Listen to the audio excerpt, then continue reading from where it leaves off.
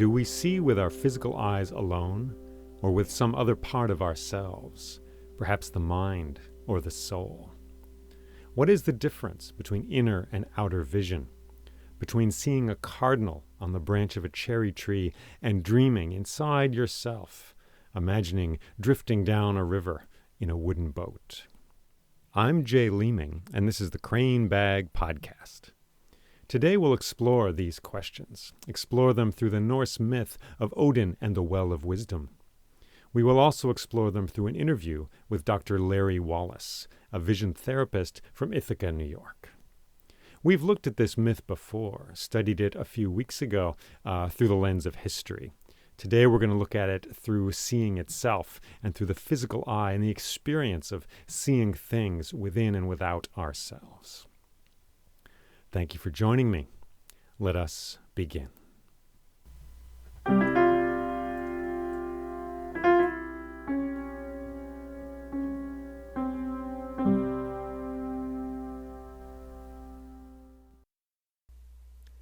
One night, the god Odin had a bad dream.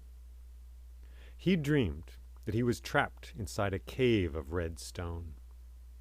But as he examined the walls, he found that they were soft and wet. And as he looked more closely, he found that he could see through those walls to the other side, and what he saw there was a forest of fir. And past that fir, he saw stars in the night sky. And as those stars began to go out, one by one, he realized that he was not inside a cave at all, but in fact inside the belly of a gigantic wolf. And a fist of darkness closed around him, and he screamed out, but that scream made no sound. And Odin awoke. He was in his royal bedroom, in his palace, in Asgard, the realm of the gods. His wife Frigg, the goddess, was beside him, still sleeping in the bed. The birds were singing their first songs. Odin stood up, and he walked out of that bedroom and through his palace. And he went up a spiraling stair to the highest tower of that palace. And he came out to the top, and there was a throne there that was open to the air. And he sat in that throne, and from there he could look out upon all the 9 worlds of the universe. There were apples on the trees of Asgard. The sun was just coming up, spreading its golden light over everything. The green grass, the pear trees, the beauty of that place was resplendent and glorious.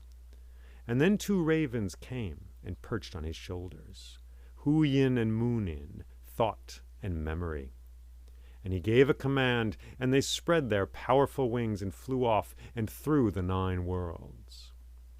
And Odin went down from that tower and had a lovely day there in Asgard with the other gods. All of them went to Gladisheim, the hall of the gods where they meet and sing songs and argue and tell stories, and pound their fists on tables and drink mead all day long.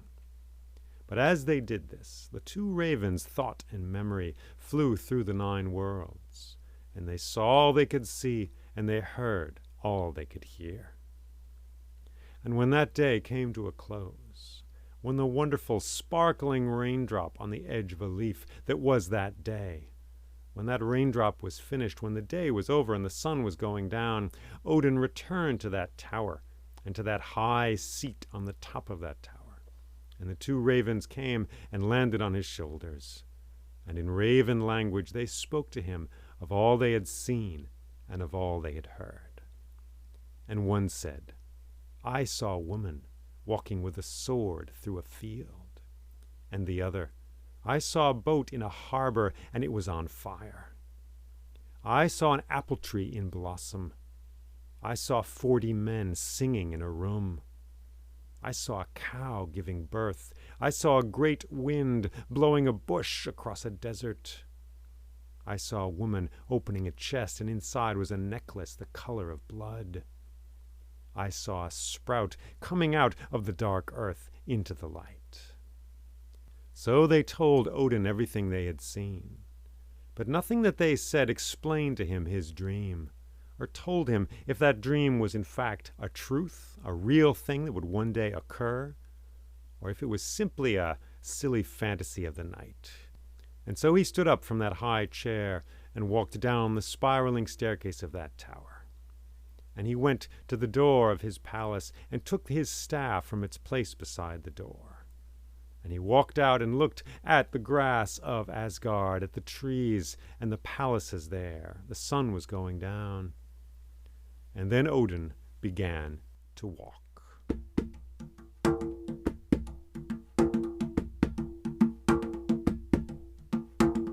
He walked across the grasses of Asgard. He walked past the apple trees there. He walked past the fortress of Thor, covered in spears and shields and strange flags. He walked past the palace of Odin, the goddess of all growing things. He walked past all the palaces of the gods, until at last he came to the great watchtower made of stone, the watchtower where Heimdall lives, the watchman of the gods. And beyond that place, there was the bridge of many colors, the sparkling, snarling bridge of voltage, many colors of light there, a rainbow bridge going out into the darkness. And he set his feet upon that bridge, and he began to walk.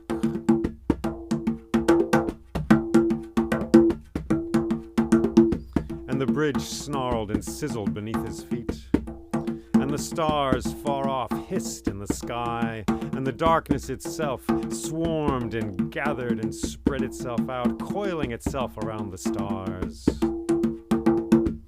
He could hear the wind of the universe whistling in his ears.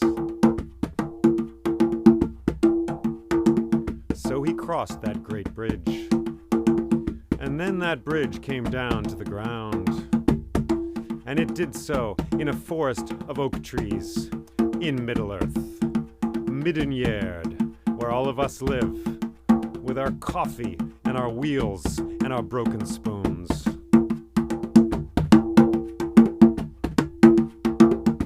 And he wandered by night through Middle-earth, dressed as a shabby wanderer in a ragged cloak. He kept mostly to the gutters and to the shadows, the alleyways of our world. And sometimes in a village, 3 rough men, warming their hands over a fire they'd made out of a broken chair, would be joined by a 4th, a traveler with a long beard and a gray hat. And this traveler would listen to their stories. But when they turned to ask him for his story, they discovered that he was no longer there. So Odin wandered through Middle-earth, listening, asking questions, and listening some more. And finally he came to the great tree itself, Yggdrasil, the tree at the center of all things, a gigantic tree. He could see it lit up in the moonlight and the starlight. He looked far up its trunk. He could barely see the glimmer of Asgard there in the highest branches, the realm of the gods. And then he began to walk down the side of this tree, this immense tree like a mountain itself. And sometimes the trail was a spiraling, dusty trail carved into its bark. And sometimes that trail had been whittled and worn away by the wind. And there were only rough handholds there. Sometimes he had to scale down the side of that great tree with his staff lashed to his back, feeling his way like a mountain climber, dangling down the cliff face, his feet searching for footholds. But step by step, inch by inch, he made his way down that tree.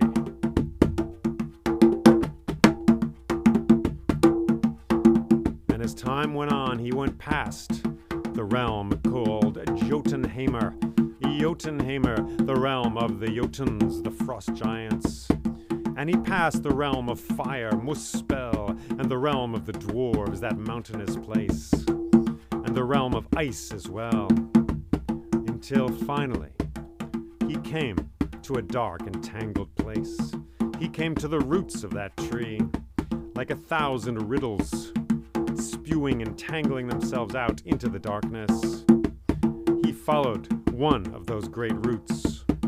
Down and down it went, curling like hair, like the end of an old story or a new story about to happen, about to sprout into the air. Down and down he went, curling and spiraling around, following that trail, until finally he came to a realm of darkness and of water. He came to a great cavern, and he could hear the sound of dripping water. There was a great cave there, and there was a pool of water there. And slowly he walked to the edge of that water.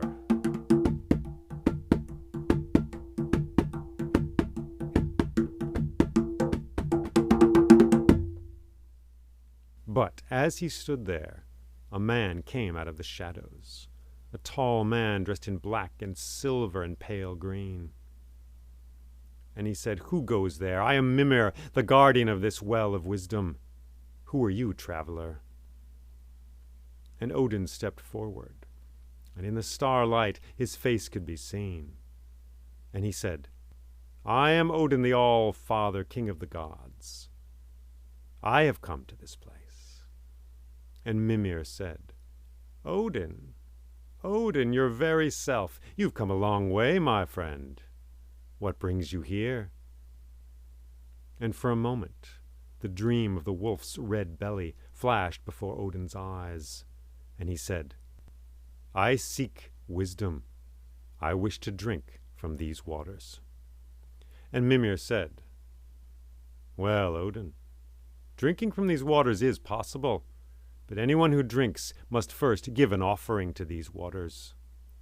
And Odin looked at him and said, "I will give you whatever you ask." That's what he said. He didn't haggle. He didn't bargain. He simply said it just like that, the god he was. He said, "I will give you whatever you ask." And Mimir looked at him thoughtfully. "I think you must offer up to these waters your left eye."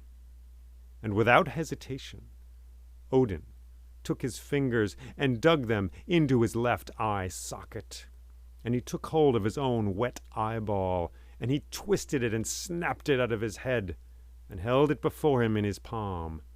And then he placed it in the waters of that well, and it dropped down into the darkness. And he stood with blood trickling from his eye socket. And Mimir took a great drinking horn from his belt, and he knelt and filled it up with that water, and he handed it to Odin. And Odin took that drinking horn, and he drank that crashing, sparkling water down into his bones. And as he did so, the memories of every man and woman who had ever lived entered his body. For it is said that when humans die, they go down to the underworld, and they cross the great river. And when they get to the other side, their memories are gone from them. They are but empty shells, just ghosts of what they were. They go off wandering in darkness. But their memories are not destroyed. Their memories go down into the water, and this flows into the well of wisdom. And not only men and women, but also animals as well. Their memories too go into the water. So Odin felt flickering and rising in him millions of lives. A carpenter measuring a board, a woman in childbirth, an old man weeping for his dead son, a frog in a bog, a bat flitting through a cavern somewhere, a hummingbird, a bee, even the dreams of the stones and the snakes and the butterflies and the bears in their long winter sleep, the jeweler looking at a jewel, a gem, a man on the battlefield facing death, laughter, joy, sickness, sorrow, all these things like 1,000,000 colors went flickering through his body. And in that moment, he saw again that red cave, the inside of the belly of the wolf. And he knew that that was a true vision. That was, in fact, something that would come to pass. And he saw Thor lying dead in a field. He saw all the gods dead in the field of Asgard. He saw fire covering their bodies. He saw fire devouring the strong oaken beams of Gladisheim, the hall of the gods. He saw smoke and ash rising from that ruin up into the sky, obscuring the sun. He saw the sun devoured by a great wolf. And then he looked, and there was Mimir before him. And there was the darkness of that cavern all around, and the sound of dripping water. And Mimir said, "Have you seen?" And Odin said, "I have seen." And Odin turned from Mimir, and he put his feet upon the path, and he began to walk.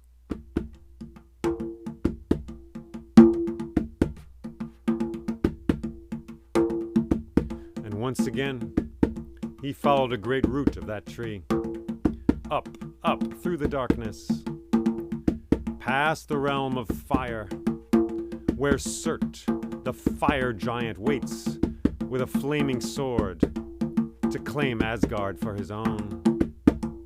And he walked past the realm of ice, and past the various underworlds down there, the realm of the dwarves,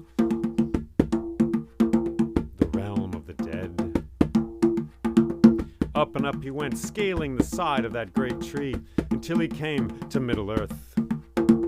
And once again he wandered the paths and the alleyways of Middle-earth, the forests of that place, the tangled places, until he came to that great forest of oak trees. And there, in the darkness, glowing, he could see the Rainbow Bridge. A bridge of many colors, all of the spectrum was there, sizzling with voltage, and he put his feet onto that great bridge, and he began to walk.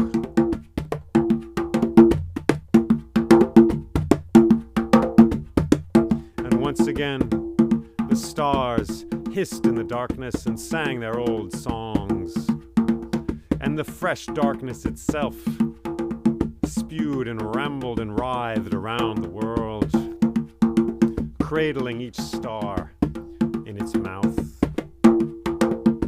Forward he went over the snarling bridge, and then, in the first light of dawn, he saw the Tower of Heimdall, for the sun was indeed rising and spreading its pink light over the world.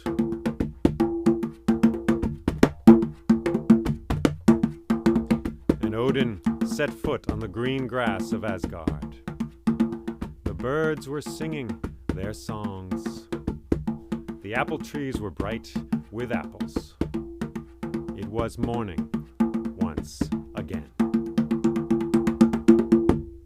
And he walked across the fields of Asgard, past the pear trees, past the great palace of Odin, the goddess of growth, past the fortress of Thor, that fortress covered in spikes and shields and strange flags.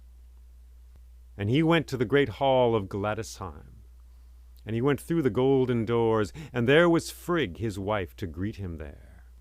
And she threw her arms around him and embraced him. And the other gods were there as well. Thor, the god of thunder, Bragi, the god of song, Freya, the goddess of love and beauty. Odin was there with her golden apples. All of them were there. And they all gathered around a banquet table. And there was amazing food there. They had roasted an ox. There was apples of all kinds. There was pears. There were amazing baked goods. It was resplendent, that table, with wine and food of all kinds. And the candles were lit, and they shone in the eyes of the gods and the goddesses there. And Thor said, "Odin, we must have a toast."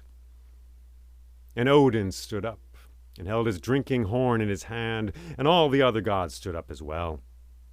And Odin looked at all of them, and for a moment, as he looked at the brightness in their eyes, he remembered again the clench of the wolf's belly around him, and he saw again the ashes of that very hall of Gladisheim rising up into the sky, obscuring the sun. He saw Thor dead in a field. He saw all of them devoured by fire, their bodies consumed, turned to ash. But he looked at them now, their faces bright with happiness, glad to be there, the candles shining bright in their eyes. And he said, a toast to this moment. And all the gods answered him with their voices, and they drained their glasses, and they sat down to a wonderful, fantastic feast.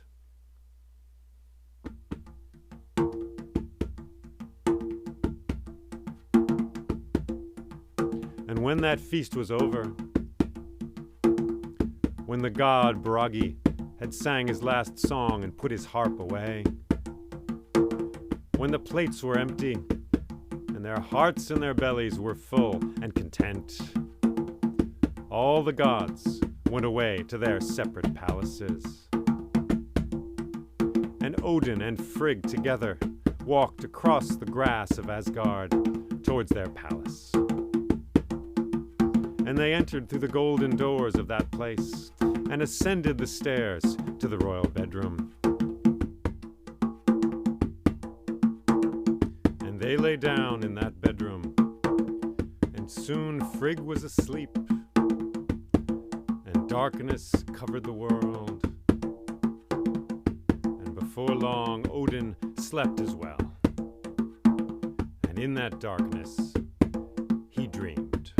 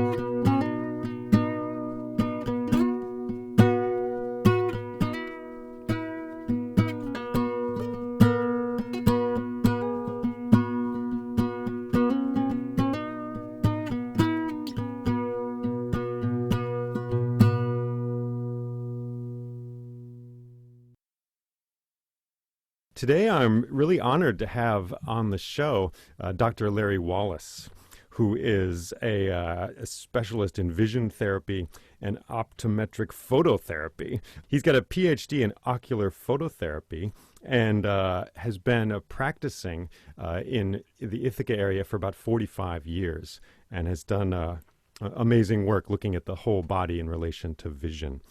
He is connected with Whole Picture Health and Vision, which is located in downtown Ithaca, where you can go for eye care. And he's on the show today. Thanks for joining me, Larry.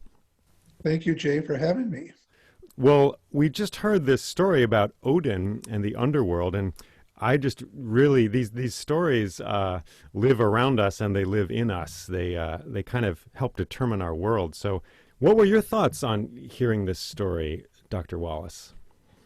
Well, there were two things that stood out for me, being an eye doctor and all. One is that when he tore his eye out, it was really like a metaphor that you don't see with your eye, you don't see with your eyeball, you see with your mind. Mm-hmm. And so by removing his eyeball in order to see more in his mind and see more into the future, I thought that was the idea of that. And ultimately, his dream experience led him to the realization that what's most important is to be in the present. And he was looking for the future and answers for into the future, but he finally at the end understood that being in the present was most important. And he went back and enjoyed his meal and with all of his friends and family, and realized that's the way he wanted to live his life. And in terms of your vision, that's a good metaphor for your vision, because when you're not in the present, you're not using your vision. You're seeing with your mind, you're drawing on your memories, you're drawing on all kinds of experiences within your body that emerges in the way you see the world. And when you're not in the present, you're not really paying attention visually. So I think that was two of the main points that I really got out of the story. Yeah. Thank you. Well, that's a lot. I feel like I could spend all day just trying to understand those 2 points. You said we see with the mind, not so much with the physical eyeball. Can you say a little more about that, or how are the two related, the physical eyeball and the mind?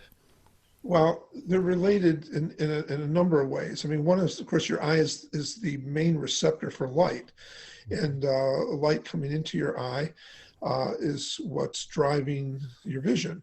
And also that light is also associated with consciousness. And consciousness is a field that surrounds us and is always emerging and being regenerated and recreated every moment. So our vision emerges from within us by contacting that field of consciousness. And so the more we're in the present, the more we're aware of our surroundings and drawing on our memory, which allows us to relate to everything that we see, the more perfect our vision is going to be. And also on a physical level, there's a lot of connections between the outer and the inner. In fact, relate one story that in Russia, they developed a technology where they can measure your color vision. And when they measure your color vision by looking at a certain picture, you have to reproduce the way you see the picture. They can determine by the way you see color what's going on inside your body. They can determine the physiology in your body, weaknesses. They can see what the way proteins are being expressed, DNA, and they can actually diagnose about 200 different conditions by the way you see color.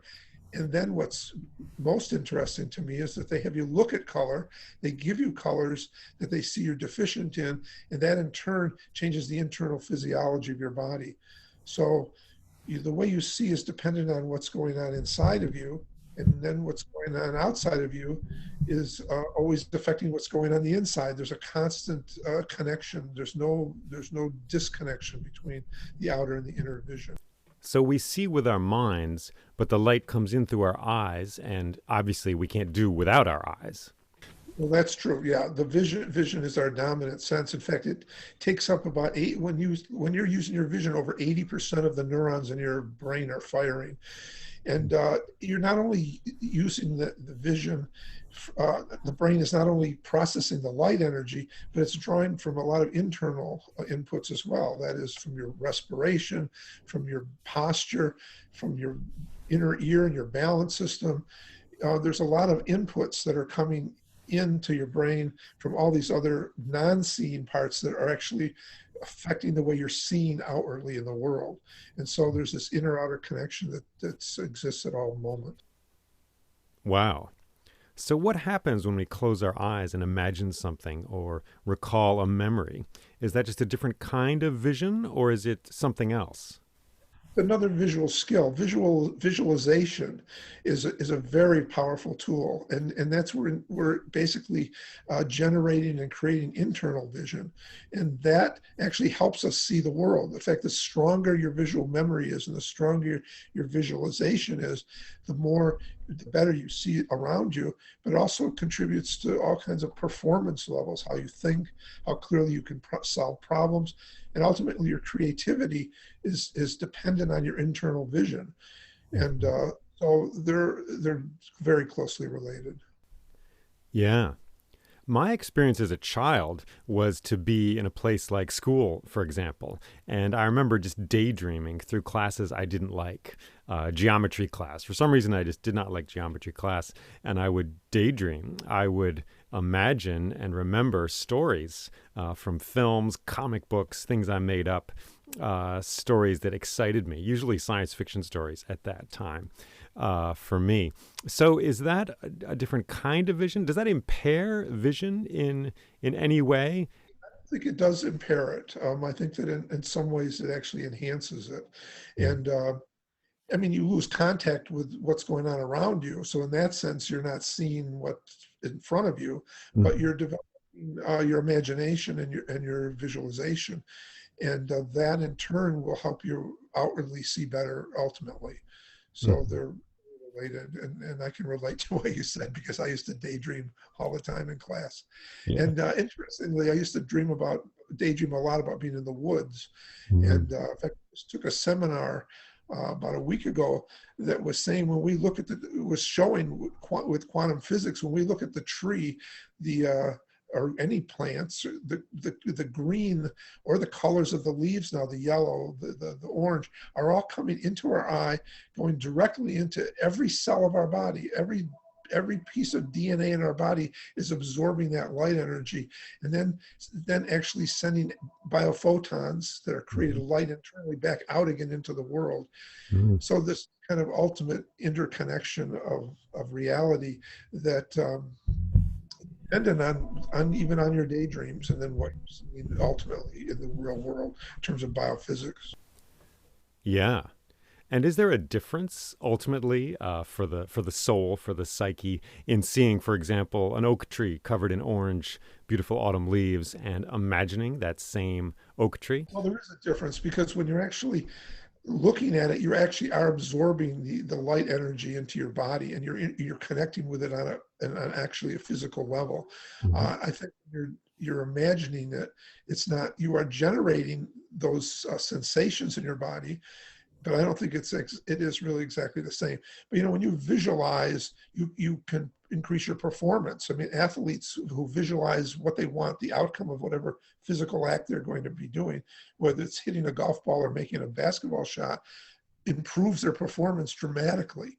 So practicing visually is programming you and priming you for better vision out in the world and performance as well. Yeah. And that's a problem with computer screens, because when we're in front of screens all the time, we're not using our imagination. We're not using our visualization. We're not using our visual memory. So children who are in front of screens all the time are not developing that aspect of themselves, which is really so important in creativity and also in their visual health, because we're looking at vision as epidemics of nearsightedness in not only here but around the world, because people are sitting in front of screens all the time. Mm. What's the time frame? Do you mean like in the last 10 or 20 years or so? Yes, the last 20 years. It used to be maybe a third of the population, and now it's like something like 60% of the population are becoming myopic or nearsighted. Wow. And you're saying that's largely the result of the amount of screens we're confronted with. Yeah, yes, and it's part of it is actual the lack of visual stimulation or overstimulation, but there's also other elements like posture, breathing, the way we're holding our neck and our head. All these things develop physical adjustments in our cranium that actually distort our eyeball shape, and that contributes to a lot of the problems with seeing as well. Yeah. So the shape of the eyeball is determined not simply by the eyeball itself, but by a whole world of factors, right? Correct. Yes, it's a fluid organ, and it's floating in there, and it's constantly being affected by the muscles around the eye that are attached to the bones of the head, which are attached to the neck, and which are attached to the shoulders. Everything is connected. Yeah. Yeah. That the eyeball actually can change its shape all the time. It can change its shape. It can distort it in a permanent way from a lot of these. I notice it on the simplest level, like walking in the woods. You know, if my posture is down, if I'm worried about hitting a root, I look down and I don't see the clouds up in the sky, right? But if I'm more relaxed and looking up, then you see the clouds or the birds or whatever. Yeah, but it is true. If you don't look down, you hit your feet too. we, And we, so, we don't want to do that. right, right. I'm remembering also in the Irish bardic tradition, the bards, the great poets of Ireland, there's stories that go pretty far back about how they would train themselves. And one way was to have the student in a hut, a stone hut, with all the windows blacked out by sheepskins during the day. And the teacher would send them in there for 8 hours or something like that. And when they came out, they had to have a poem. So they would go into the dark to seek the poem that they had to learn. So, I mean, from one point of view, that's kind of a crazy thing to do. But from what you're saying, I can see that that's an effective strategy. Yeah, it really makes a lot of sense. Yeah, yeah. I think you tap into a lot of deeper layers that aren't accessible to you in normal daytime consciousness. You're Mhm. still, it's not a dream state, but it's almost like that. But you're able to contact much deeper layers of your unconscious that are wells of creativity can be, drawn upon in that way. And darkness is very important. As I mean, we need light, but we also need dark. And that leads into a whole other field of photobiology, where people who have too much light um, develop all kinds of health problems. In fact, they Mm. did studies where they're light at night and people don't get complete darkness. They develop a lot of immune problems. So basically, we need a certain amount of darkness in order to see well. Absolutely. Thank you for explaining these amazing things. I'm still wrestling a little bit with the relations between the inner and the outer world, between inner and outer vision. In the story, Odin gives up his eye to see more deeply within, it seems. So, but we don't want that. I mean, we want there to be harmony between inner vision and outer vision, right? Right. No, so there is a flaw there, because also just on a physical level, if you lose one eye, you lose what's called binocularity, which is Hmm. the ability to judge space around you with depth. And if you only have one eye, you don't see the world in three dimensions the same way as you do with two eyes. In fact, the crown jewel of visual skills is called binocularity. How well do the two eyes fuse together, which fuses, the spatial world and the halves of our brain. So you're really giving up something by tearing your eye out. It was a very drastic kind of way to accomplish that. I felt kind of bad sharing that story with an optometrist. No, it was good. I thought it was a good metaphor. So, would you say that that's a false choice between inner and outer vision, that actually it's possible to have clear vision in the world and inner imaginative vision both be healthy and alive and well? Absolutely, absolutely, right. Yeah. It's a question, and it's a question of developing it, because vision is not it's not a static process. It's a continually emergent process. So you can train it, you can improve your vision, you can improve all the visual abilities can be trained even throughout your whole life. Hmm. They can You've got neuroplasticity in your brain that allows new connections, new pathways, new utilization of energy. And so you don't have to be sacrificing physically in that way to evolve your consciousness or yourself. Yeah. Well, it's interesting what you say about the screens. And I certainly feel the pressure of screen time in my life. And I guess a lot of us do. And from what you're saying, it sounds like imagination will be less alive, less healthy, less nourished. There'll be less of it if we spend more time on the screen. Yeah, it's the visual imagery is right there in front of you, just like television does the same thing as well. You don't have to use your imagination, and so if you don't use it, you lose it in certain ways. Yeah. And you spoke earlier about color, and you've worked a lot on color's influence on the body, correct? Yes, correct. Yeah. And you mentioned recent studies done in Russia on color, where they can look at how an individual perceives color and then diagnose problems in the body, correct? Exactly. Every deficiency in your color vision has a correlate of a physical disability or dysfunction in your body.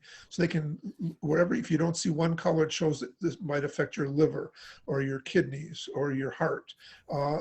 So yeah, there's a correlation between the way you're perceiving color, absorbing color, and what's going on in your physiology. Mhm. So ultimately, ultimately, the light is, you are made up of light. Light is the main integrator of communication within all the cells of your body, and everything is moving at the speed of light. It's not moving through nerve reflexes or biochemistry. In fact, there's 100,000 chemical reactions per second going on inside the cells of your body. And Wow. that can't possibly be coordinated by anything physical. And it's really correlated by photons of light, which have no mass but have energy. Mhm. Wow. Profound stuff, but it's really, that's where we're moving. The paradigm is moving in that direction, to really seeing that light is the absolute regulator of communication within all the cells, and within a relationship to everything around us. We're taking in light and we're using it and we're sending out light. So, So light, in some sense, holds the body together. in fact, well, yeah, the physicist Bohm said that we are basically, our whole system, all matter is frozen light. Everything is ultimately light in that regard. And that's why light is looked at and color is looked at as synonymous with consciousness, or, you Hmm. know, some religions, it's God, it's mysticism, it's a consciousness, and the ground state. All matter is frozen light, you said. Yes. That's amazing.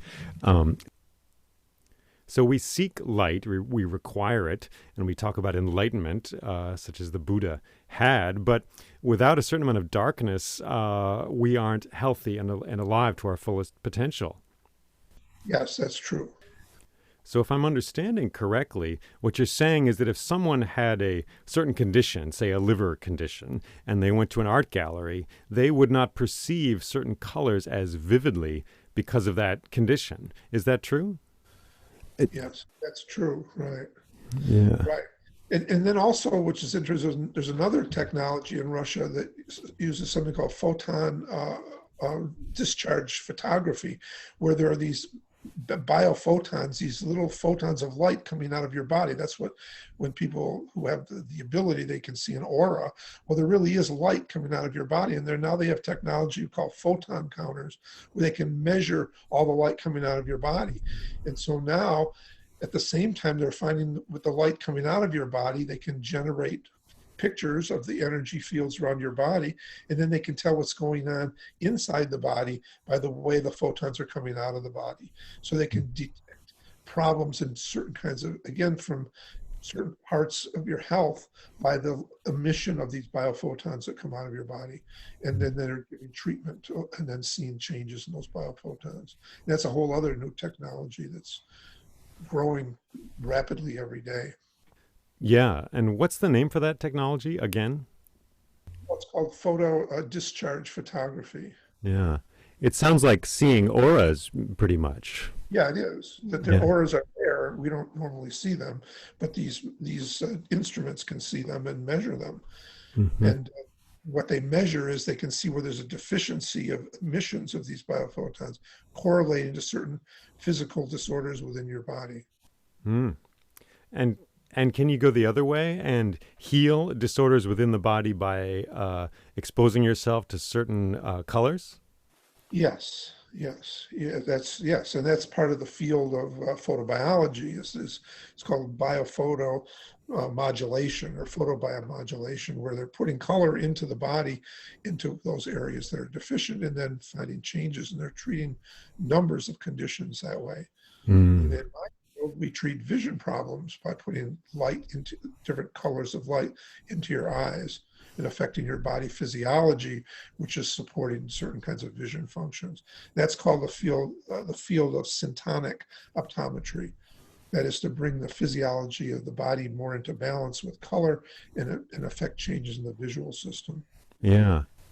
Practice in science, art and science in itself. Well, we use the phrase aromatherapy for a smell, which has a deep effect on the body. And there should be a phrase, well, maybe there is a phrase for the effect of color, like going to an art gallery and bathing in blue, for example, or something like that. Yeah, and like you say, there's a lot of other modalities. There's aromatherapy, there's sound therapy. Hmm. Uh, it's all has to ultimately have to do with the recognition that everything is related to vibrations. Hmm. Everything has to do with frequency. We are bodies. There's frequency fields, and they can be affected by lots of different energy applications. But light is one of the most powerful ones. Yeah. Well, just because you are a doctor, I would ask, what's the prescription if we're seeking healthy vision in the outer and inner worlds, if we're seeking imagination that is creative and lively and nourishing and comes from a deep place, but we also want to see clearly in the outer world? I mean, I know this is a big question, but how do we nourish that and ensure that in our own lives and for society as a whole? Well, yeah, it's a really big question. I mean, I guess from an educational standpoint, I'm probably prejudiced towards the Waldorf system, where they work with art and imagination, storytelling, um, movement, all those kinds of things at a young age, instead of forcing kids into trying to read when they're 4 years old. And Mhm. it said you don't read till you're 8 years old. But at another level, what you're asking is that. It's a complex question, but I think ultimately it's one that depends on interdisciplinary approaches. I mean, there are so many different approaches that need to work together. No one approach to health is an answer to me. You need multiple answers, and the more you can open yourself up to choices and maybe use your intuition at what things benefit you the most, the more you can open yourself to different experiences and different health practitioners, the better. Yeah. So the more solutions we have, the better, clearly. And I guess for me as a writer and a storyteller, I notice how the screen, as opposed to like a notebook, detracts from my ability to stare into space, which is something you need to do when you're creating, when you're imagining something, when you're even just looking for the right word. And the screen, it's bright, it has the time on it, it has icons on it. So it's distracting from that ability to look into the distance in the far away and really focus on what you're actually doing. So, it's very important to look away and to blink and breathe. I mean, that's just critical. So staring is a very tense state, which reduces your vision and your imagination. So looking out into the distance frequently and blinking and taking a deep breaths are really important in all computer use. Yeah. How did you come to this particular area of study, not just optometry and vision, but color therapy and modalities of that sort? Well, I was exposed to these. Well, I was always interested in these ideas, even when I was in optometry school. But that I was always interested in psychophysical aspects of vision. The Bates system, for instance, where you learn to do physical exercises, but it's all about shifting your perception and your consciousness to see better. And then I went and I worked in a holistic health vision clinic in California, where they used multidisciplinary approaches. That is, they had body workers and nutrition and psychologists and vision therapy and lots of and Feldenkrais, Alexander, lots of different approaches, all giving the opportunity to the patients to be treated at multiple levels. But what interested me the most there, or very much so, was the introduction to syntonics, which is the field of optometric phototherapy, which we never even heard about in school. And from there, I was immediately drawn to the whole idea of the power of light. It just made so much sense to me. So that's how I got into it. I've been studying it ever since the last 45 years. Mm. And ongoing process. We're always learning new things, and that's part of the excitement of it. We can't truly explain vision any more than we can explain light, but they're intimately related, and it's a field that it offers an opportunity for lifelong study and learning and stimulation. So I think that's how I got into it, and it's never lessened in any way. Yeah. How has your own relation to these things changed over the years? Well, it's changed in that I've been teaching this to other doctors, and now we have hundreds of people in our webinars, which shows there's a very expanding interest in all these things. Hmm. And I've also learned that all different kinds of applications of using color to treat other kinds of conditions, like anything from dry eyes to problems with retinal circulation and things like that. So it's always an evolving science and art. Yeah. Do you have any thoughts for us about specific colors that we find around us? Each color has all kinds of effects, their own unique effects, on psychological and physical levels. But anyway, that's a whole big thing in itself. So. Well, it does spring to mind, actually, because I'm sitting here in a room talking to you and the room has a green wall. So after hearing what you're saying, I'm wondering, is this color talking to my liver or my lungs, or what is it doing, actually? Green is great. Green is the balancer. It balances all of it. It balances the whole physiology. So and it's also very good for your heart and your creativity too. So it's a really good color. Yeah. And don't they use certain colors in jails, for example? Like blue, for instance, is used, and blue sedates you and relaxes you. So they Hmm. use blue, and green balances you. Yeah, red is not what you want to do. You don't want to be stimulated, certainly in a jail setting.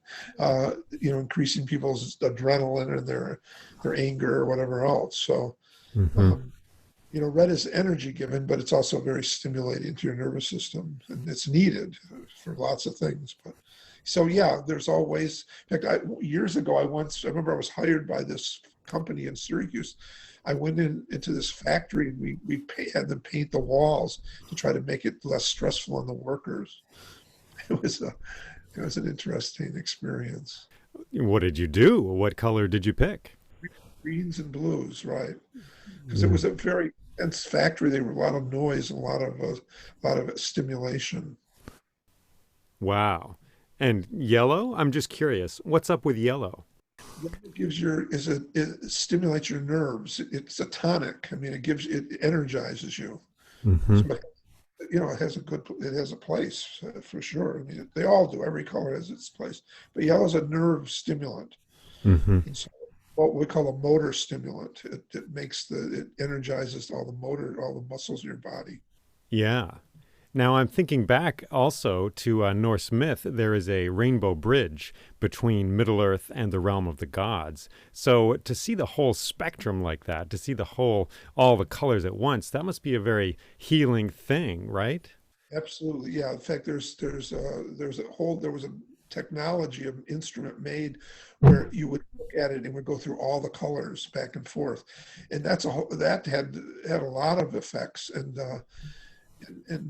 yeah, that's a whole thing. You could get into that. I mean, they also nowadays they developed an instrument where you look at all the colors, and at the same time they play music of certain sounds and frequencies, and then they vibrate the table and move it up and down at the same time. So you're getting auditory, kinesthetic, and visual all at once. And they're treating very profound learning problems with that technology. Kids with autism, people with severe brain injuries. So yeah, anyway, they're using all the colors, and I guess the idea is that you take out the colors that you really need, and the ones you don't doesn't have there's no negative effect. You take out the colors you need. Did you mean in the sense of remove? Well, no, I meant you absorb the ones you need. That's what I really meant, not take out. I see. Those are the ones you need. You will absorb them, Gotcha. right? Not, I didn't mean to eliminate the ones you I, don't need. Kind of don't have any effect, and there's no negative. There's been no negativity. It's just that you're not absorbing it. yeah. Well, it sounds like a lot of exciting things are happening these days in the field of vision. It really is. Yeah, Cool. I mean, the whole field of quantum physics has opened up a whole other understanding of all these energy modalities that before we just didn't know. They were all like they had no scientific validity in terms of Western science, but now that's all changing because they're seeing it. I mean, every day I read about things in the paper. They're putting red light into the brain now for brain injury. Mm. Shooting lasers into your head to improve the energy production and cell regeneration. So it's happening at lots of different levels. Yeah.